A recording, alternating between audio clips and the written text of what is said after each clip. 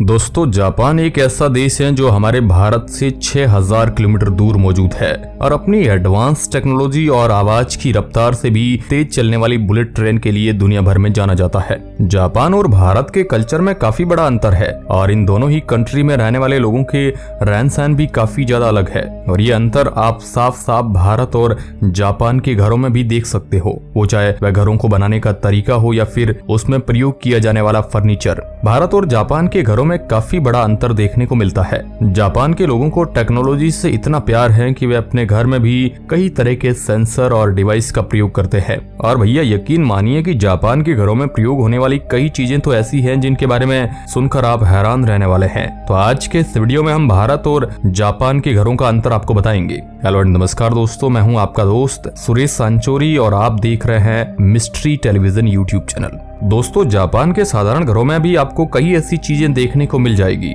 जो भारत तो क्या दुनिया के किसी भी देश में आपको देखने को नहीं मिलेगी।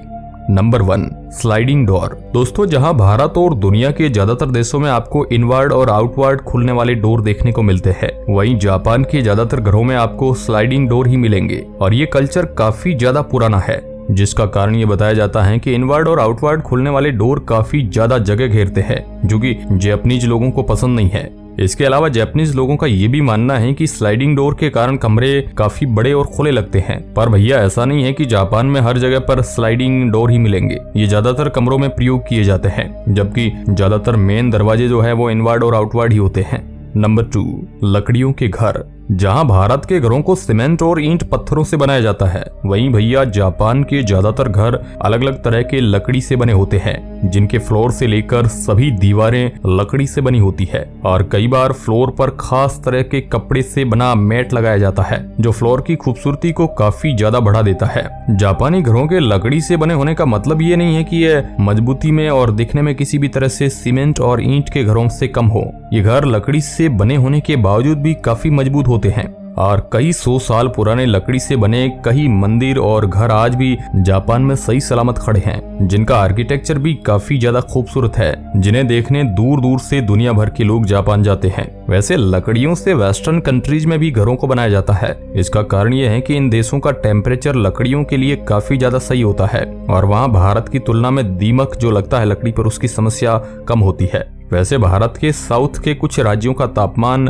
लकड़ी के घर बनाने के लिए काफी सही है और वहां पर आपको ऐसे लकड़ियों से बने कुछ घर देखने को मिल जाएंगे। Number 3, Japanese air condition. वैसे भारत के बहुत कम घरों में ही एयर कंडीशन लगा होता है और वह भी हमारे यहाँ ऐसे लगाया जाता है कि घर के हर कमरे में आपको एक अलग एयर कंडीशन लगाना पड़ता है और हमारे एयर कंडीशन ज्यादातर घर को केवल ठंडा ही करते हैं। पर भाई जापान के घरों में लगे एयर कंडीशन भारत से ही नहीं बल्कि इस मामले में दुनिया में प्रयोग होने वाले दूसरे एयर कंडीशन से भी काफी ज्यादा एडवांस होते हैं, क्योंकि इन्हें इस तरह से बनाया जाता है कि ये गर्मियों में घरों को ठंडा भी रखते हैं और ठंड होने पर उन्हें गर्म भी रखते हैं। यानी आपको गर्मियों और सर्दियों दोनों में ही इस तरह के एयर कंडीशन की जरूरत होती है। तो भाई यहाँ जापान की टेक्नोलॉजी एक तीर से दो शिकार कर रही है और केवल एक एयर कंडीशन को ही इस तरह से घर में फिक्स किया जाता है कि इससे निकलने वाली ठंडी या फिर गर्म हवा हर कमरे तक चिमनी के द्वारा पहुंचाई जाती है। यानी केवल एक बड़े एसी से पूरे घर के सभी कमरों के टेम्परेचर को नॉर्मल रखा जा सकता है। मतलब हर मौसम में आप घर में अपने मनपसंद टेम्परेचर को बनाए रख सकते हैं। जापान के घरों में एसी काफी ज्यादा नॉर्मल है और इसका सबसे बड़ा कारण यह है कि यहाँ के ज्यादातर घरों में आपको भारत की तरह सीलिंग फैन देखने को नहीं मिलेंगे, क्योंकि जापान में इतने ज्यादा अर्थक्वेक आते हैं कि भूकंप के दौरान सीलिंग फैन के टूटकर गिरने का काफी ज्यादा डर होता है और कोई नहीं चाहेगा कि जापान में नॉर्मली आने वाले भूकंप के दौरान उन पर सीलिंग फैन आकर गिर जाए। तो ऐसे में जापानीज लोग सुरक्षा के लिए सीलिंग फैन का प्रयोग भी नहीं करते हैं। Number 4, toilet. दोस्तों, जहां भारत में आपको साधारण इंडियन और वेस्टर्न टॉयलेट देखने को मिलते हैं, वहीं जापानीज लोग इससे कहीं आगे निकल चुके हैं। अब आप बोलेंगे भाई आगे कहां निकल चुके हैं? उनके टॉयलेट देखने में तो काफी साधारण दिखते हैं दोस्तों, लेकिन उन्होंने इसमें इतनी टेक्नोलॉजी लगा दी है कि आप इन टॉयलेट में यूज होने वाले पानी के टेम्परेचर तक को भी कंट्रोल कर सकते हो। जापानी टॉयलेट में इतने सेंसर्स लगे होते हैं कि आप कंफ्यूज हो जाएंगे कि कौन सा बटन किस काम के लिए है। मतलब कंफ्यूज तो हमारा जैसे साधारण भारतीय ही होगा ना, क्योंकि जापानी लोगों के लिए तो इस तरह का घर और टॉयलेट हकीकत है। जापानी टॉयलेट को दुनिया के सबसे ज्यादा एडवांस और साफ टॉयलेट में गिना जाता है और इतना ही नहीं बल्कि जापान के घरों में ऐसा सिस्टम बना होता है जिसकी मदद से कुछ बटन दबा करके आप घर के पूरे वाटर सप्लाई के तापमान को बदल सकते हैं। हालांकि धीरे धीरे भारत में भी ऐसी टेक्नोलॉजी आ जाएगी, लेकिन पूरे क्षेत्र में आना थोड़ा टाइम लगेगा। नंबर 5, अगारी कमाची। वैसे आपको बता दूं कि अगारी कमाची जापान के घरों में एंट्रेंस पर बनी एक 30 सेंटीमीटर ऊंची स्टेप होती है, जो एंट्रेंस को पूरे घर के फ्लोर से अलग करती है। अगारी कमाची पुराने समय से ही जापान के घरों में बनाई जाती है। इसका असली मकसद यह है कि कोई भी घर में आने से पहले ही अपने जूते चप्पलों को फ्लोर के एंट्रेंस स्टेप से बाहर ही निकाल दे। इसका एक कारण ये भी है कि जापानीज लोगों को साफ सफाई काफी ज्यादा पसंद है और उनके घरों में चप्पल या जूतों को अंदर लेकर जाना काफी ज्यादा बुरा माना जाता है। वैसे भारतीय घरों में भी अगारी कमाची स्टेप तो नहीं बनाई जाती, पर भारतीय घरों में भी जूते चप्पलों को घर के अंदर ले जाना अच्छा नहीं माना जाता है। इस मामले में तो जापान से भी हम आगे हैं भाई। नंबर 6, घर में प्रयोग होने वाला फर्नीचर। आपको जानकर हैरानी होगी कि भारत और जापान के घरों में प्रयोग होने वाले फर्नीचर में भी काफी ज्यादा अंतर होता है और ज्यादातर तो यही देखा जाता है कि जापानी घरों में कम से कम फर्नीचर का प्रयोग किया जाता है। दोस्तों, जापानी लोगों की टेबल भी काफी ज्यादा नीचे होती है, जो ज्यादातर पूरी तरह से हेवी ब्लैंकेट से कवर होती है, जिसे जापानीज लोग कोटाट्सु कहकर बुलाते हैं, क्योंकि जापान के लोग अपना ज्यादातर समय बैठकर ही बिताते हैं। इसके अलावा ज्यादातर जापानीज घरों में बेड की जगह लोग जमीन पर ही सोना पसंद करते हैं।